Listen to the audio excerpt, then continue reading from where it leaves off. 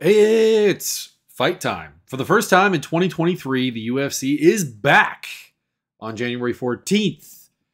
UFC Strickland versus Imavov. And wow, does that not feel amazing as a main event? This card doesn't feel amazing. I understand that this card has been changed repetitively. Like, to be clear, the main event was supposed to be Jeff Neal versus Shavkat Rakhmonov. And that would have been a way better fight. That would have elevated the card. That's gone. Then it was Kelvin Gastelum versus Nasruddin Imavov. That's gone. Although, in its own kind of weird way, you could probably argue that Sean Strickland versus Imavov is a better fight. But that is incredibly damning of Kelvin Gastelum as a main event. Anyways, it's also, I think, the first time we're actually going to see a UFC fighter headline back-to-back UFC cards for a long time anyways. I mean, we might be able to go back in time when we're talking like UFC 40s, UFC 50s, where like, well, for example, I can think of an example. UFC 50 and UFC 51. Tito Ortiz versus Patrick Cote. Tito Ortiz versus Vitor Belfort happened then. But Sean Strickland is the first one in a long time to do the doubleheader. And it's kind of sad that it's him. Let's talk a little bit about outside the cage stuff. Obviously, obviously MMA just keeps getting bad news with Davidson Figueiredo being pro-military coup in Brazil. That's fun. That's awesome. That's great. That's a topic of conversation. I'm not going any deeper into it. Victoria Lee passed away. That's Angela Lee and Christian Lee, the ONE FC champions. Or is Angela still a champion? I don't know. I should have looked that up, actually. I don't follow ONE as closely as I probably should. And now that it's on Amazon, that'll probably change. And we'll talk about the card for them a little bit later.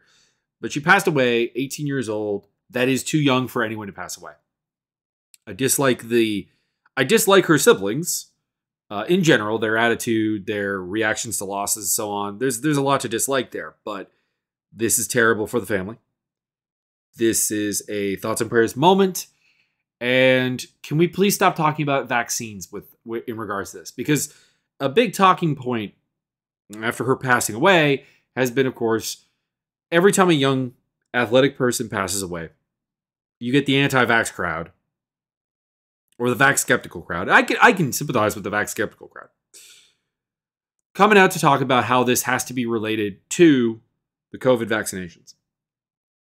Here's the thing.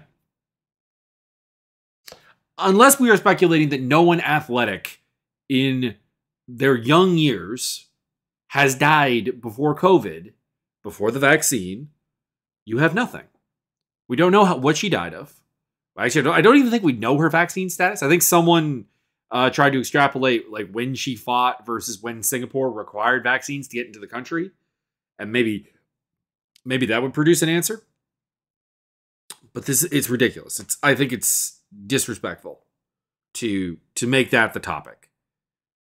If the family wants to put it out there and have it dissected and discussed, that is their business. They haven't. So F off. Okay.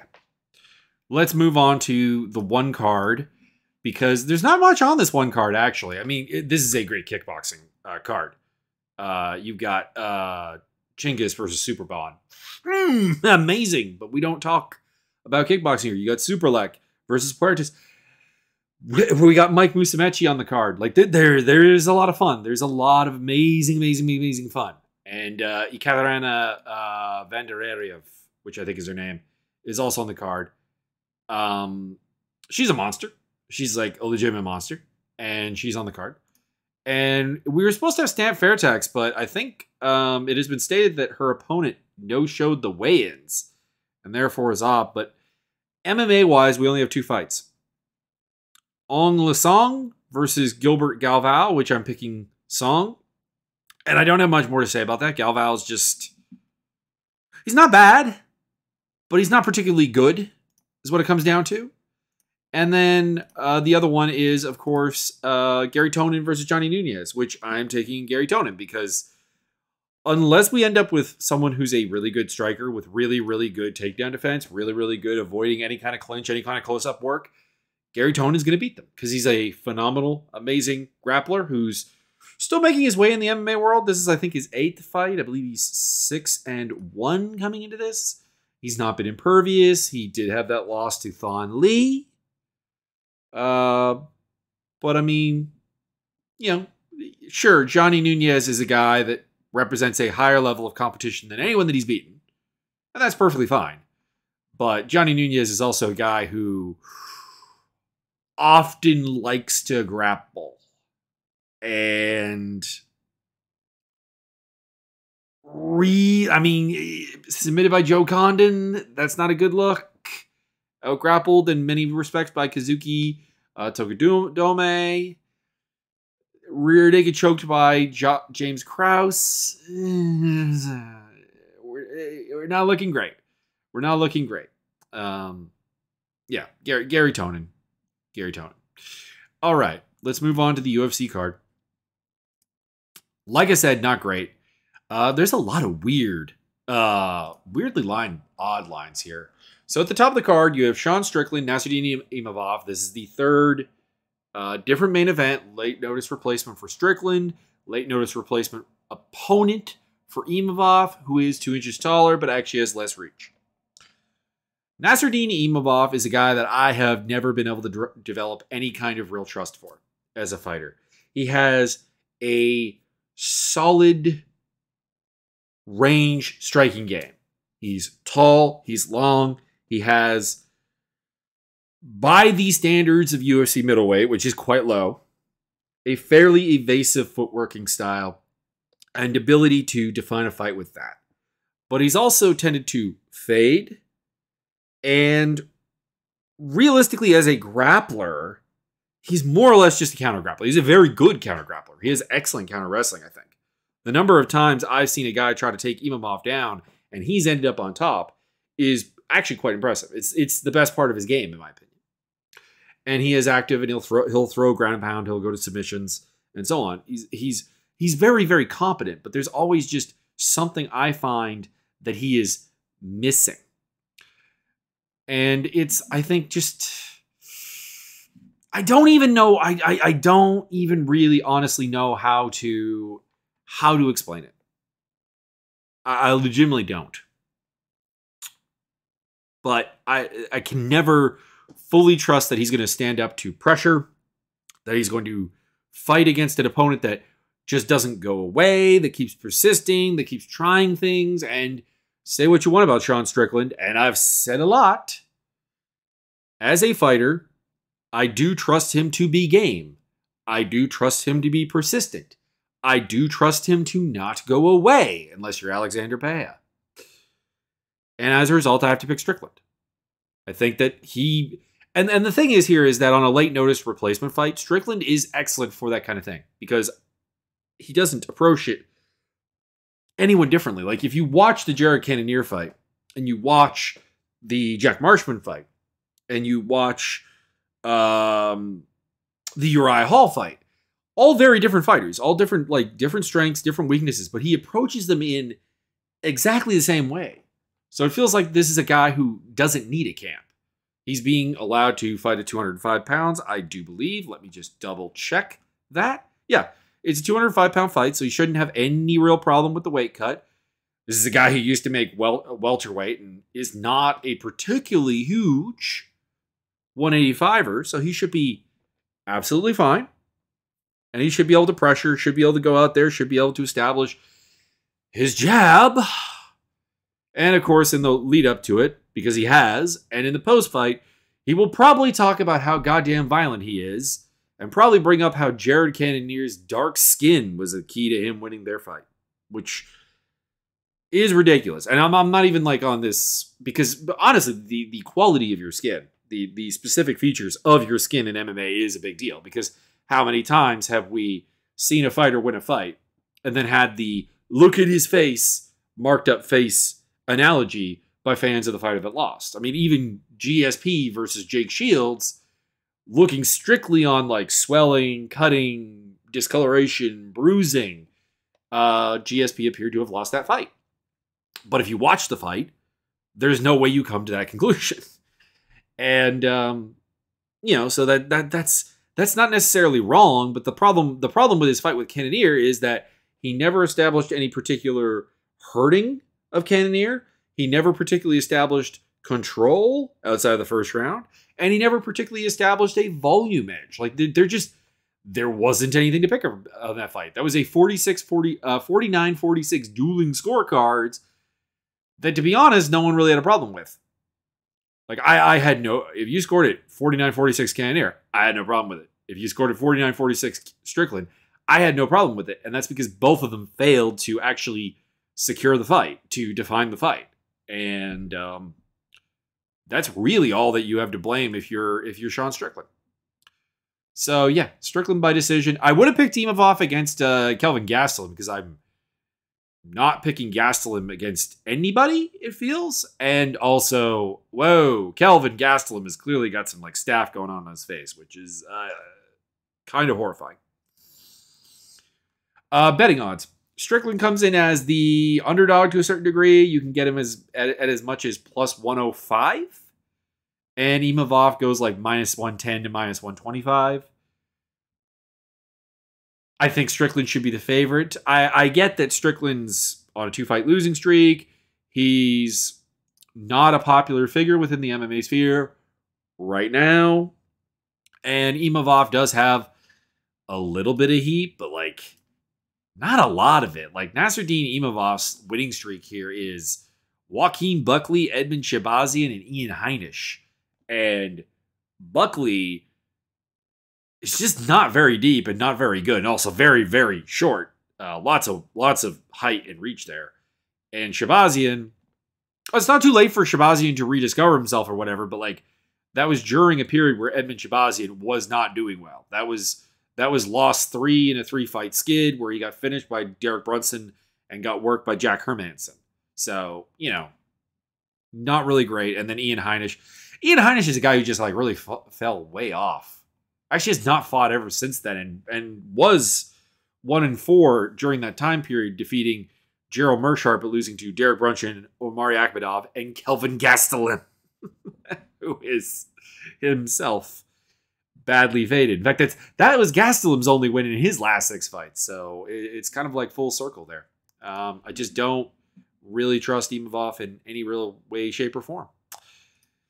Moving on to Dan Ige versus Damon Jackson. This is a bad co-main event. It's a perfectly fine fight. They're both exciting, good action fighters. Ige is a do-everything kind of guy. Likes to box, likes to wrestle a little bit, can grapple. Damon Jackson is also himself kind of interesting, kind of dynamic every so often with his striking. A little bit wooden otherwise. Good grappler, good, big guy. Gets takedowns pretty easily. Has the style that in a lot of ways have troubled Ige lately, because of course Ige is coming off a loss to Mozar Evelev. There were also certain things that Josh Emmett did and certain things that the Korean Zombie did that, probably Jackson can replicate a little bit. But at the same time, like there is a massive step down, physically speaking, from those guys, except for maybe Zombie and Damon Jackson. And I've underestimated Damon Jackson a lot. I have picked him to lose a ton of fights that he ended up winning. Like, if we look at his UFC career, I picked him to lose to... Where is it? Because he had that early run. Yeah. I picked him to lose to Yancy Medeiros. He did. I picked him to lose to Ronnie Jason. He did. I picked him to lose to Levon Makashvili. He got a draw. Somehow ended up getting cut off the draw. And then, had a good run in LFA, came back to the UFC. I thought he would lose to Mirsad Bektic. And I will sustain that, like, if Mirsad Bektic didn't have to Mirsad Bektic every so often, he probably would win that fight. But he did win that fight. Called the Topuria one right. Called the Rosa fight. But I thought he would lose to Ken Willikirk. He didn't. I thought he would lose to Pat Sabatini. He didn't. I did pick him against Daniel Arquette. I guess it's not actually as bad as I'm thinking it is. But I will fully admit that I have been very wrong about Damon Jackson in the past. But I just don't see him being able to consistently put Ige on his back, control him, not let the scrambles get out of control, And, he's a guy who does fade a little bit on the cardio end. So, yeah, I'm going with Dan Ige to win a decision. Be the better striker. Be an active scrambler. Be a guy who isn't easily out-grappled. And unless your name is Movsar Evil. And, yeah, I think he can get this done. Ige is the favorite. Very narrow line here. 120 to minus 120 to minus 128 for Ige. And you can get Damon Jackson as high as like plus 107 as an underdog. And minus 105 at the other end of the spectrum. Punahele Soriano versus Roman Kopylov. Kopylov is taller, a little bit of extra reach. I want to like Kopylov because I find his high-paced boxing style actually really, really fun. But I just think he's lacking the power. And in a lot of ways, the speed to really actually make it work. Yeah, knocking out Alicio de Chirico, it's not nothing, but it's not exactly winning me over. So I have to go with Soriano, who is a less structured fighter, but has a lot of physical durability. He has a lot of physicality, very strong, pretty fast, kind of does a little bit of everything. That should be enough to beat Kopylov by decision. Although, as much as Soriano, the bloom is a little bit off with that loss to Nick Maximo, at the same time, Kopylov is not Maximo, and in fact is the complete opposite type of fighter, realistically speaking. Soriano is a fairly large favorite, minus 152 to minus 164. Kopylov a plus 128 to plus 135. That feels about right. That's the first time I thought it felt a little bit right. Like I thought Ige should be a little bit more of a favorite. Like I feel like Ige should probably have Soriano's odds, and Soriano should have Ige's odds. But it's in the ballpark, and I am still a little bit surprised that Strickland is the underdog. Ketlen Vieira versus Raquel Pennington. Vieira is the measurably larger fighter, inch taller, a little bit longer, half inch in reach, seems just bigger. I like Pennington. She seems like a exceptionally cool person. I've said that since she was on Tough. She makes absolutely the most of what she's got. Like, she maximizes what physical attribute she has, what technical attribute she has, and does usually have a very good game plan for dealing with stuff. So, like, that's all the hallmarks of things that I really like in a fighter. And Ketlen Vieira is kind of the opposite. No comments about her as like a cool person or anything, because I don't know. I have no idea. But like as a fighter, it honestly feels like she's not necessarily making the most out of her physical abilities. Like her fight with Holly Holm, which I thought Holm won. I don't have a problem with you thought Ketlen won. But like it was a fight where in a lot of ways she did not actually do what I thought was her best avenues to victory. She is a strong fighter. She is a powerful fighter. She has kind of an awkward power to her as well with her strikes. But she's always kind of not really dictating the fight. And that does give me like concerns that Pennington can look at the footage and be like, okay, I can do this. I can do this. I can bring it there. I talked about it. She's her and her coaching staff, very smart fighters. Very smart at putting a game plan together. But there is a large gulf here, physically speaking. Vieira has all those edges. She does shut down clinch wrestling pretty well, which tends to be part of Raquel Pennington's game. I have to pick her. I'll pick her by decision. Pennington is very durable, very tough, doesn't really give up. And I want to say, there was that complete crap kicking she took at the hands of Amanda Nunes, but I think that's the only time she has been finished in her UFC run. And I'm correct on that. You have to go all the way back to losing by rear naked choke to Kat Zingano in 2012 to find her losing. But by finish, I should say. She did lose to Holly Holm, did lose to Germaine de Randamie, both by decision. Holly Holm twice, actually. Lost to Jessica Andrade by decision.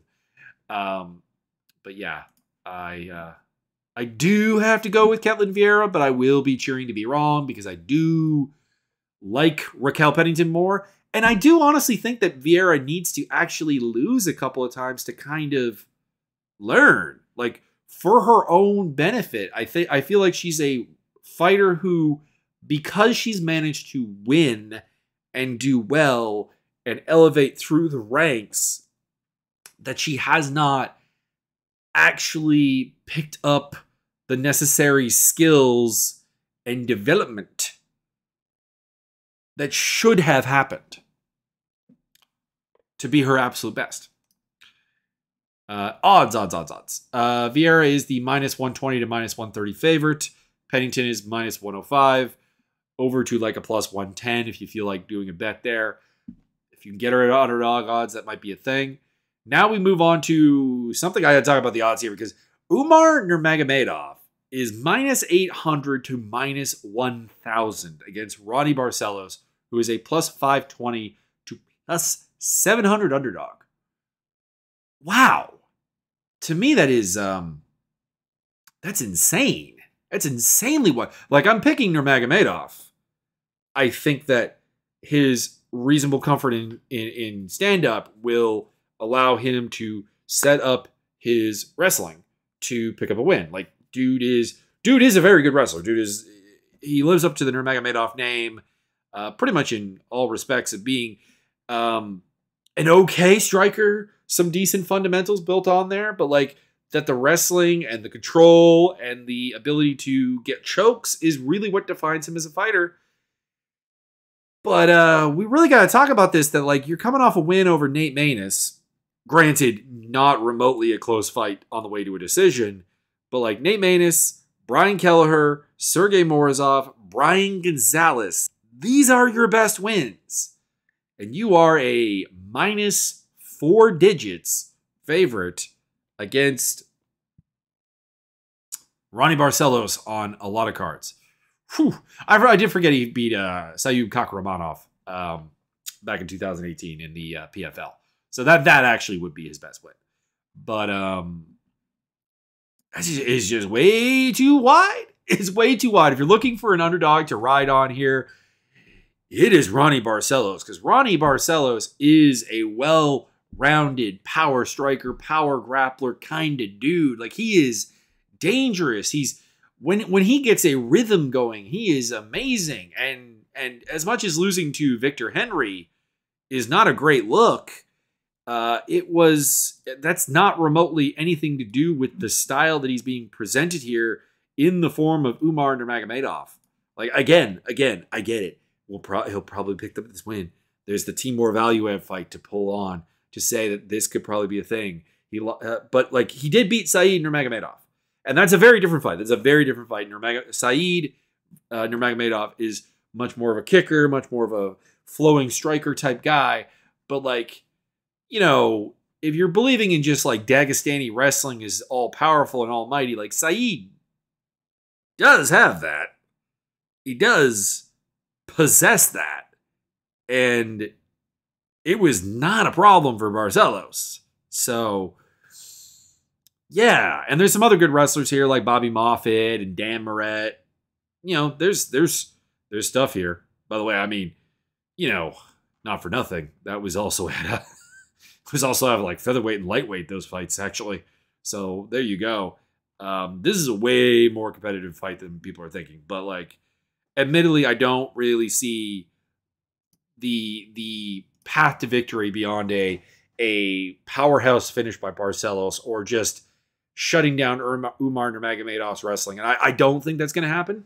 But like, the idea that this is the longest odds on the card, on a card with some pretty easy to call fights, is a bit exceptional. Razak Al Hassan versus Claudio Ribeiro. Ribeiro. Pick 'em fight here on the odds. 105 to 110 minuses for Razak. 110 to 120 minuses for Ribeiro. Don't get me wrong here. Razak Al Hassan is 37 years old. He's got less reach. He's shorter. He is kind of a guy who really is more welterweight sized. But like, at the same time, dude hits really, really, really hard for a round. And Ribeiro is kind of a one-round fighter because he is very, very wide open, very creative. Don't get me wrong. Like, this guy is going to be exciting for as long as he's in the UFC. Like, this guy will do silly, silly stuff as a striker.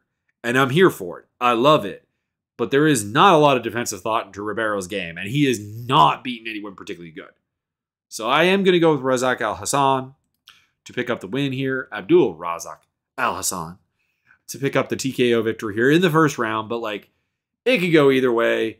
And Al-Hassan at 37 years old could suddenly just absolutely fall off because there is not a lot of substance to his game either.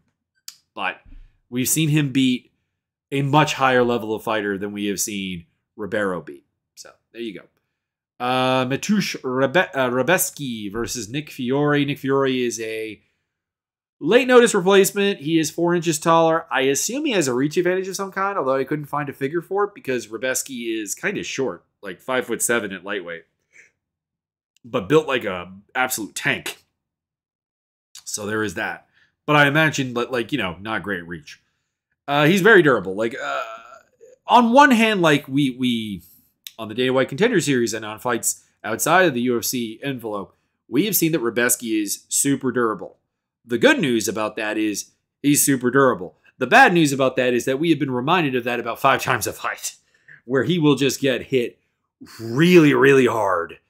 And that's going to bite him. Probably not here, though, because Fiore, more of a wrestler, more of a guy who wants to take you down, wants to get top control, wants to grapple with you. That is Rebeski's world. Rebeski is incredibly hard to handle because he is such a tank that I have to pick him here. And he's a pretty large favorite here at minus 740 to minus 900.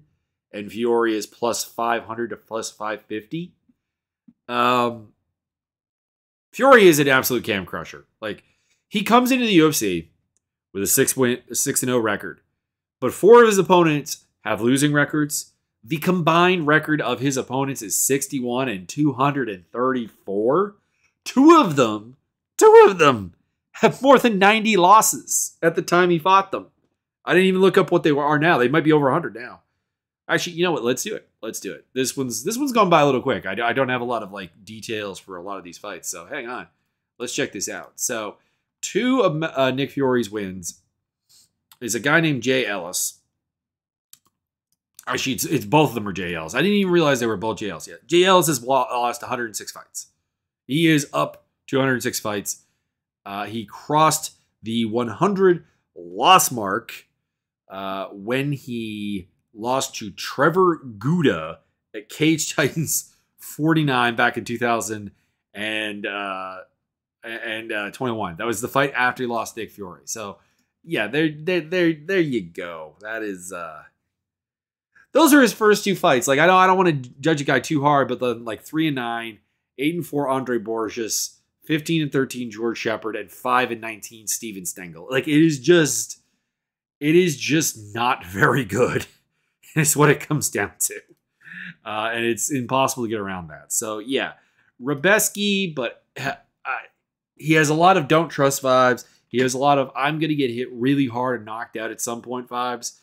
But probably will end up on top of Fiore at some point and pound him out. Because he's got excellent ground and pound. He's got some good submissions. He really, really loves, and this is interesting to me, he loves the front headlock position. For those who are looking for another name of that, like the guillotine position, working guillotines, working darts, chokes, whatever. He doesn't finish from there. He doesn't have a great guillotine. He doesn't have a great darts choke. He doesn't have a great anaconda choke. It's not for that, but like he uses it as like a very useful transitional position, which is actually interesting to me. So I'm hoping we see something cool. I just also think that, you know, this could be terrible. Mateusz Mendonça versus Javi Bashrat. The one thing I will say negative about Bashrat is, like, dude was a finisher on the regional scene. And then he's come into the UFC and even on the Contender Series had to go to the 3rd round to get the finish and then hasn't finished anything in the first round.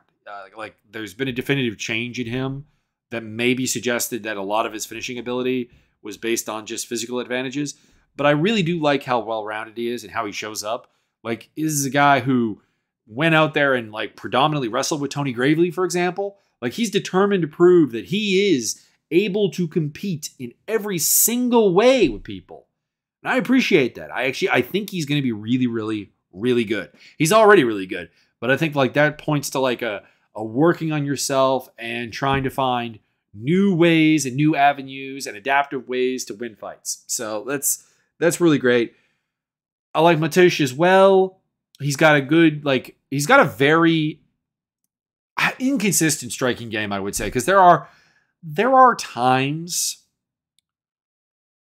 where he seems kind of lost, but like there are also these moments of excellent speed, reaction, finding counter openings, great speed, clearly has power. He's a dynamic submission guy, although a little bit too willing to play guard, which has me a little bit concerned. I'm picking Basharat here, but like I really do think that Mateusz Mendoza is a really good addition to the UFC. He's a plus 250 to plus 275 underdog to the minus 305 to minus 360 of Basharat. That feels about right. Basharat is a bit weird that Basharat's getting a debuting fighter, though. Is this? I didn't see this being a rebooking. Doesn't say on Tapology. So there you go. Good to see that he's got his visa issue sorted out as well. Allan Nascimento versus Carlos Hernandez. This is the classic one-trick pony versus the guy who does everything well, but like just isn't especially great. Nascimento has a little bit of extra reach. He is an excellent not an excellent takedown guy. He is an excellent grappling guy. His back takes are superb. His ability to even he's one of those few guys that probably can get away with pulling guard in the modern MMA game and still have it work out for him, which is fantastic. So exciting, so scrambly, so submission heavy, but never really someone I want to trust with a tremendous amount of faith. So there are openings for Hernandez to win. Hernandez is a good scrambler. He's a good wrestler. He's a good volume kickboxer. He's just kind of okay at everything. There's a lot of good. There's not anything great. And that also goes for the physicality, where I think he's just kind of perfectly fine. He's not slow. He's not weak. He's not what is the opposite of explosiveness when you're talking about physical stats? I don't know. Inert? I guess I don't know. But there's nothing that stands out there in a physical gift. Nothing stands out there in a really big technical way. So I've got Nascimento probably winning by submission, just kind of out scrambling him, getting his back at some point, and getting the submission. And he's a big favorite here, minus 325 to minus 390. And Hernandez is a plus 260 to plus 280 underdog. So people are with me there, but probably a little bit too much. I'd like those odds to be closer. Hernandez is a bigger underdog than the debuting Mendoza. Which I get that Mendoza had a really cool stoppage on the Ultimate Fight on Dana White Contender Series, but that really shouldn't mean that much. Daniel Argueta versus Nick Aguirre. This is another late notice one. Aguirre is the late notice guy. He is 2 inches taller. I suspect longer because Argueta has kind of short arms. It's a rare matchup that we haven't seen in a long time because Aguirre trains at a Midwest training center. That is the home of Clay and Jason Guido way back when. There was a once upon a time that was a serious gym, but it's been kind of not really for a long time. And then Argueta is, of course, in the king of falling behind gyms, Jackson Wink. I'm not sure why this fight is still happening at featherweight. I'm not sure why Argueta is still fighting at 145 because he came in late notice to fight Damon Jackson. at 145, and then signed this one to fight Isaac Dolgarian. But like, dude was a bantamweight. Dude fought Diego Silva. He fought Myron Santos. He fought Ronnie Mondala although Mondala was a catchweight, so somebody may have missed there. But, very much a bantamweight guy. In fact, you have to go back to 2020, which I guess is not that long ago, to find a featherweight bout where he fought Jackson Santa Cruz. And then Aguirre, all right, so Aguirre is more of a proper... No, even Aguirre has bantamweight fights. He also has lightweight fights, though. So this guy has been kind of all over the place with the Coliseum Combat promotion in Indiana. So there you go. I'm going with Argueta. I really liked what I saw at Argueta against Damon Jackson. Good scrambling, tiring to grapple with, powerful striking. I think he's a bantamweight. I really do. I don't really know why this is a featherweight, like I said, but I just don't really like much of what Aguirre has to do. Like, he's got a good takedown game, control game, kind of has a scrambly wrestler mixed with a little BJJ, kind of wooden striker appeal. But like very unproven, late notice, not necessarily that much bigger than Argueta. I'm going to go with Argueta by decision. And he is a big, big favorite, minus 500 to minus 600 with Aguirre at plus 390 to plus 425. Probably a little bit too long. Because again, Argueta is small for the weight class. And his claim to fame is losing to Damon Jackson. So that's always a little bit cautious to overrate someone on that. Jimmy Flick versus Charles Johnson. This one is the weird fight because initially the fight odds opened up at like minus 134 for Johnson, plus 114 for Flick. And they're now up to Flick being a 250 to 295 underdog and a 333 to 390 favorite in Charles Johnson. Now, granted, I don't have a problem with how wide those odds have gotten. I have a lot of problems with Flick. He's a guy who retired, came back, which begs the question of where is he mentally and why is he fighting? Like, is this a case where he retired and then realized, oh crap, I've made zero money and that 50 grand I got, because I think he got a submission or a performance of night bonus when he won against it's either Cody Durden or Brundridge. Cody Durden. His USA debut with the flying triangle choke. I think he got a performance of the night bonus there. Maybe realizing that 50 grand doesn't actually really go that far. If you know what I'm saying. Or he's oscillating between wanting to be retired and wanting to fight. It's never a good headspace to be in. Charles Johnson does have his own set of problems in the sense that I think he developed a champions style fighting style on the regional circuit where he kind of is patient and lets the fight go, and he's used to having 5 rounds to work with, and now he's got 3 rounds, and that could be a bit of a problem, but like, dude is actually very hard to take down, very hard to force you to wrestle or to grapple with him, very hard to outstrike even. Has some good power, has some good speed. I'm not like super high on him, but like he's a reasonably good athlete. Has ridiculous hair, and I will never get over that. But, has some physical tools, has a reasonably well-rounded game, has a reasonably well-built game. And Flick, not especially athletic, very dynamic submission guy. I mean, we talked about the jumping submission that he got in his debut, but he's had other ones. He's had other like very dynamic, very out of nowhere submissions. But his stand-up is quite bad. And he's not very athletic. I'm going with Charles Johnson to stop him. But hey, it could be cool either way. And on the opening card, opening fight of the night, Priscilla Cachoeira versus Sajara Eubanks. Cachoeira, the taller girl. Eubanks, the longer girl, actually has 2 inches of reach, which has happened in a couple of these fights.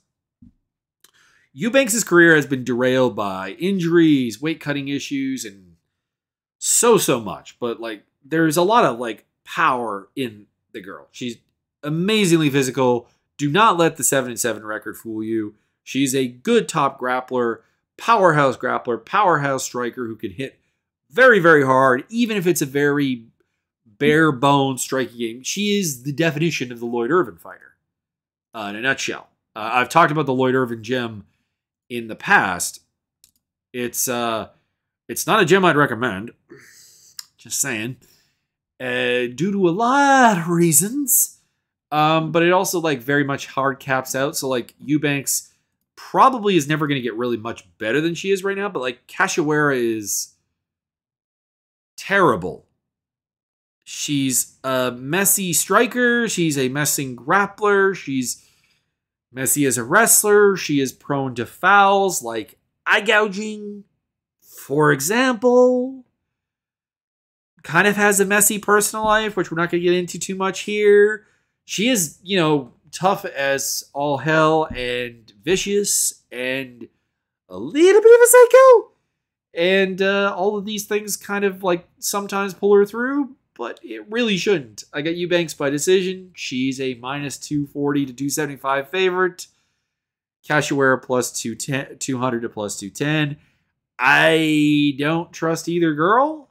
I don't trust either girl for opposite reasons, I guess, in NHL. I don't trust Cachoeira to just actually be good. And I don't trust Eubanks to be consistent. Like, at least Cachoeira is consistently a mess.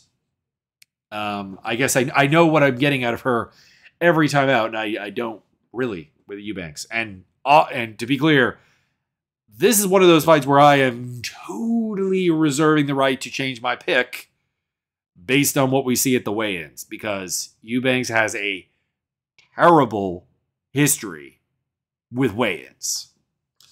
Let's just finish up talking about the whole Dana White situation a little bit. I'm not going to get into the facts. I'm not going to get into whatever. Outside of say, it's domestic violence. He should be punished. And this whole defense of like, I wouldn't suffer, the fighters would suffer, and so on. Here's the thing. Here is the thing. There is no way that a organization run by people that run Endeavor that oversee the investment honestly would fall apart, would have an operation set up to fall apart if one guy, Dana White, had to take some time away. There is no way that is the case. There just isn't. For one, you don't put your faith in a guy who, by his own admission, lived an incredibly unhealthy life. With the use of like supplements, hormones. His Epic Fridays are a great example of him eating terribly, and is in his 50s. You don't base that around, because what happens if he has a heart attack? If he has a medical episode of some kind? There is some kind of succession, Dana White's not available plan in place that would keep the organization running without that much of a hitch. And if you want me to give something specific here, whatever. Fine. You don't suspend him. He at the very least should be making an exceptionally large donation to domestic violence support groups, charities, etc. He should be doing that. This idea that like what people think of him is the punishment. That label of domestic abuser, which he has owned, to his credit, he has owned, following him around, is the extent of the punishment that is required or appropriate, is insane. And we still have people dragging his wife in, trying to go with the whataboutism with the wife. Here's the thing. Here is the thing when it comes down to it. With his wife. Here you go. Are you ready for this? What his wife did was wrong. It escalated a situation. what exactly do you want me to do about it beyond say that? Because the company she works for gets $0 from me. Am I going to be like, hey guys, if you fire Dana White's wife, you will get money from me? No, I'm not going to do that. That's the thing. It's her role, her responsibility, her punishment are all things that just don't matter in the conversation that people are talking about, because Dana is not going to pursue a legal matter with her. So there is no legal consequence. Professionally speaking, we don't interact with what she works with. And to be clear, I'm advocating for like a charitable donation here. That would technically be her money as well, because they are married. So I don't know what more needs to be said on that. Somewhere to the side, left, right, above, bottom, doesn't matter where it is, there is a Linktree link that will lead you to other places you can find this podcast. My Twitter, my Facebook fan page, which really is just postings of the podcast, in fairness, and the Discord. The Discord is the big one. The Discord is the home of the Mixed Martial Arts Simulator. It's the home of the Slam Ball Simulator. It's the home of the Pro Wrestling Simulator. And these are all greatly fun things. You'll find some cool people who are very into MMA that you can talk to. And it's kind of like Twitter without a lot of the more unsavory portions of it. So there you go. Join up on the Discord. Make yourself a fighter. Go through the career mode and see what happens. Let's do that. And that's about it. That's about all I got. And there's Twitter on there as well. Anyways, thank you for joining me, and enjoy the fights. It's not a great card, but hey, we've been without one for like a hot second. And seriously, check out the Prime one, because the one card from a kickboxing standpoint, I know I didn't talk about it a lot because I do not talk about kickboxing a lot, but it is phenomenal. Go for it. Anyways, thank you. Enjoy 2023, and all the best luck on your goals in this year.